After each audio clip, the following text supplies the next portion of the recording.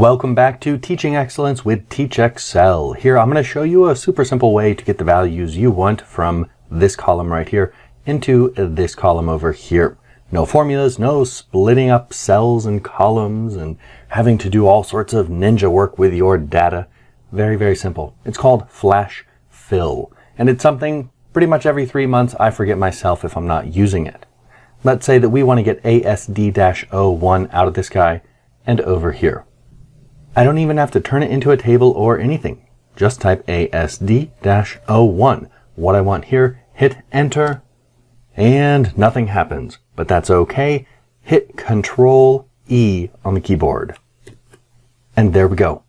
A column with everything that we want, including a nice little header. And we have this guy pop up to say, hey, I did some flash fill stuff. If you want to see what's going on, we can undo it, accept it, or select all of the changed cells. And that's really all there is to this. No formulas, no difficulty. As long as Excel can understand the pattern, it's going to put everything over into the next column, either automatically or by hitting Control E after you input the first cell. And that's all for this tip. If you found it helpful, please give it a thumbs up, subscribe, and hit the bell icon. It will really, really help. Thank you very much, and see you next week.